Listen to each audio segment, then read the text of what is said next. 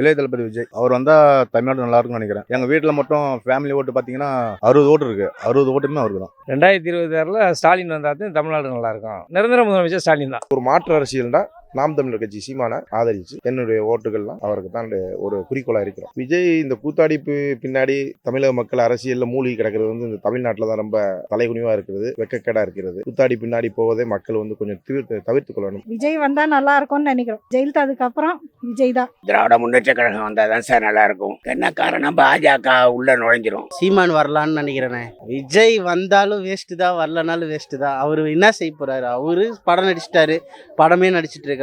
டிஎம்கேலாம் வரவும் வேணாம், ஏடிஎம்கேவும் வரவும் வேணாம். புதுசாக சீமானுக்கு ஒரு டைம் கொடுத்து பாருங்க, அவர் என்னதான் பண்ணுவாருன்னு பார்ப்போம். கேப்டன் இருக்கும்போது கேப்டனை பயன்படுத்திக்கல. இப்போ கேப்டன் போனோன்னா கேப்டன்ன்றோம், கேப்டன் இருந்தால் நல்லா இருக்குன்றோம். அந்த மாதிரி சீமான் இப்போ நல்லா பேசுறாரு.